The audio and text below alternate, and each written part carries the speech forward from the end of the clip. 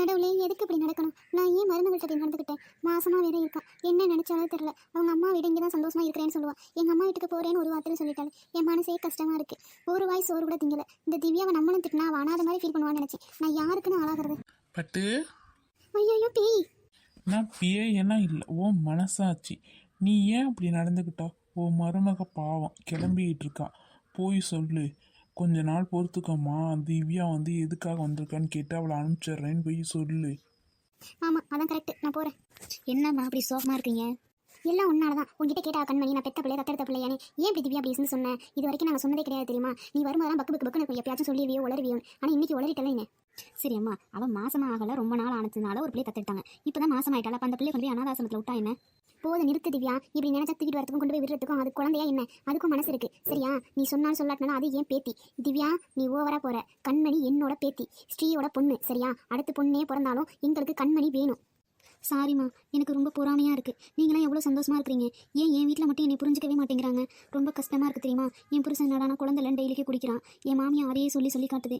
என் நாத்தனார் கொஞ்சம் நஞ்சமாக என்னை கொடுமைப்படுத்தலை. இங்கே வந்து நான் சும்மா கொஞ்சம் பேசினதுக்கு இவ்வளோ பண்ணுறீங்க. எனக்கு டெய்லிக்கும் கொடுமையாக இருக்குமா? பேசாமல் சித்தர்லாம் போல இருக்குது தெரியுமா? திவ்யா, அப்படிலாம் சொல்லாத. நாங்களாம் இருக்கிறோம்ல. நீ நல்ல பொண்ணு, இப்படிலாம் அண்ணி மனசை கஷ்டப்படுத்தக்கூடாது. நீ சொல்கிறல்ல, நான் எவ்வளோ கஷ்டப்பட்டேன் உனக்கே தெரியும். அவங்க பாட்டி எப்படி கொடுமைப்படுத்துறாங்கன்னு. அந்த ஒரு காரணத்தினால தான் நான் அப்படி சிட்டு வச்சிருக்கேன். எங்கள் பேரை பற்றி எத்தனை பேர் நம்ம போராமல் இருக்காங்க. ஏன்னா பட்டு, சிட்டு, பார்த்து, ஸ்ரீ அப்படின்னு சொல்லி நாங்கள் நம்ம வீட்டில் எப்பவுமே ஹாப்பியாக தான் இருப்போம். உனக்கு இந்த மாதிரி இல்லையேன்னு சொல்லி போராமப்படக்கூடாது. இருக்கிற லைஃபை என்ஜாய் பண்ணி வாழணும். உன் வீட்டுக்கார் எவ்வளோ பாசமாக உங்ககிட்ட இருக்காரு, அதையெல்லாம் ஏன் புரிஞ்சுக்க மாட்டேங்கிற? அவர் மனசு வந்து போய் குடிக்கிறாரு. நீ கவலைப்படாம அவர் கூட சந்தோஷமா இருக்கு. கண்டிப்பாக உனக்கும் குழந்தை பிறக்கும். குழந்தைங்கிறது ஒரு வாரிசு, அவ்வளோதான். உன் வாழ்க்கை கிடையாது. அந்த குழந்தை வளர்ந்து படிக்க வச்சு கல்யாணம் பண்ணிச்சுட்டு அது வாழ்க்கையை பார்க்க போகுது. உனக்கு உன் வீட்டுக்கார் தாண்டி, உன் வீட்டுக்காருக்கு நீ தாண்டி. அதை ஃபஸ்ட்டு புரிஞ்சுக்கடி. சாரிம்மா, நான் அன்னிக்கிட்ட போய் சாரி கேட்குறேன். சிந்தன காற்றே, சிந்தமிழ் ஊற்றே, இன்னிசை பாட்டே வா வா. அண்ணி, எங்களை மன்னிச்சிருங்க, நான் தெரியாமல் அப்படி பேசிட்டேன். போதும், நிறுத்துமா. இது வரைக்கும் நான் பட்ட கஷ்டம்லாம் போதும். எல்லாரும் என்னை மலடின்னு எத்தனை தடவை கஷ்டப்படுத்தினாங்க. என்ன அவங்க அம்மா சந்தோஷமாக வச்சுருந்தா உலகம் என்னை சந்தோஷமாக விட்டுருமா? எத்தனை பேர் தினமாக கேட்டாங்க. 10 வருஷம் குழந்தை இல்லாமல் நான் பட்ட கஷ்டம் எனக்கு தான் தெரியும். இப்போ இந்த பிள்ளை பெக்கிறதுக்கு நான் எவ்வளோ கஷ்டப்படுறேங்கிறது எனக்கு தான் தெரியும். இப்படி அந்த பிள்ளை முன்னாடி தத்தெடுத்தோன்றது ஈஸ்வரில் உனக்கு எப்படி தான் மனசு வந்துச்சு சொல்லு? ஒன்று தெரிஞ்சுக்கோ, புருஷன் மாமியார் சரியாக இருந்துட்டால் மட்டும் உலகம் கேள்வி கேட்காதுன்னு இல்லை. எப்போவுமே கேள்வி கேட்குறவங்க கேள்வி கேட்டுக்கிட்டே தான் இருப்பாங்க. நான் எந்த ஃபங்க்ஷனுக்கும் போனதில்லை. உனக்கு கல்யாணம் ஆகி 2 வருஷம் தான் ஆகுது. அதுலேயும் 1 வருஷம் நீ இங்கேயே கோச்சிட்டு வந்துருந்தேன். 1 வருஷம் தான் அங்கே இருந்தேன். அதில் ஒரு 6 மாதம் உன் வீட்டுக்காரவங்க கூட இருந்திருப்பாரா? மற்ற நாள்லாம் வெளியூரில் தான் இருந்தார். இதுக்கே நீ இவ்வளோ கஷ்டப்படுற. நான் 10 வருஷம் உங்கள் அண்ணன் என் கூடயே தான் இருந்தார்.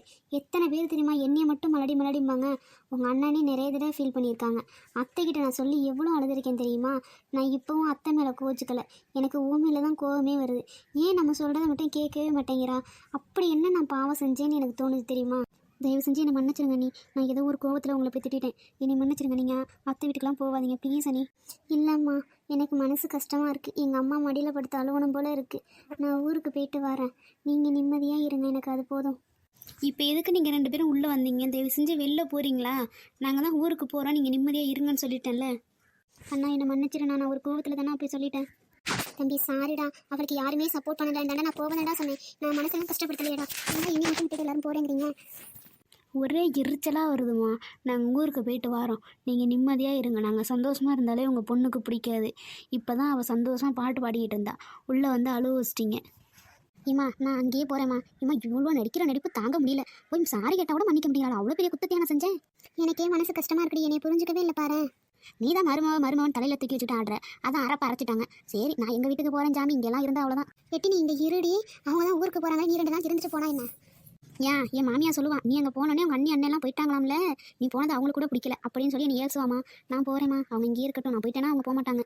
எப்படி அவங்க கேட்டால் சொல்லிக்கலாண்டி. 3 மாதம் ஸ்டார்ட் ஆகிடுச்சு, அதான் அவங்க அம்மா வீட்டுக்கு போயிருக்காங்கன்னு சொல்லிக்கலாண்டி. நீ 2 நாள் இருடி.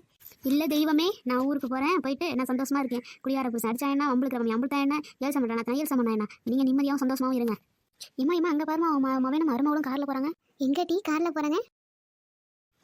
அன்றைக்கி எங்கேயோ மச்சான் இருக்குது, அதான் இந்த மாதிரி மாமியா. இதே நான் போகட்டும், என் மாமியா மண்ணாடி தூத்தி கார் பஞ்சர் ஆயிரும். இந்த பாருமா கார் வருது. அதுமாரி லாங் ட்ரைவ் போகிறது எவ்வளோ சந்தோஷமாக இருக்குது. பாப்பு, அத்தை சொன்னதுக்கெலாம் கோச்சிக்கூடாது சரியா? 100 குழந்தை பிறந்தாலும் நீ தான் என் குழந்தை சரியா? நீ என் புள்ள. நீ சிட்டுவோட பொண்ணு, ஸ்ரீயோட பொண்ணு. லவ் யூ அம்மா, லவ் யூ அப்பா. லவ் யூ தங்க பிள்ளை. உன் தங்கச்சி வீட்டுக்கு ஒரு நாள் போகணுங்க. அந்த கிழவி என்ன தான் செய்யுதுன்னு பார்க்கணும். கிழவி மண்டையை உடச்சி விட்ருவோம். பாவம், அவளை நிம்மதியாக வாழ விடாது போல. சரி சரி, ஒரு நாள் போயிட்டு வருவோம், என்ன தான் நடக்குதுன்னு சொல்லாமல் கொள்ளாமல் போகணும்.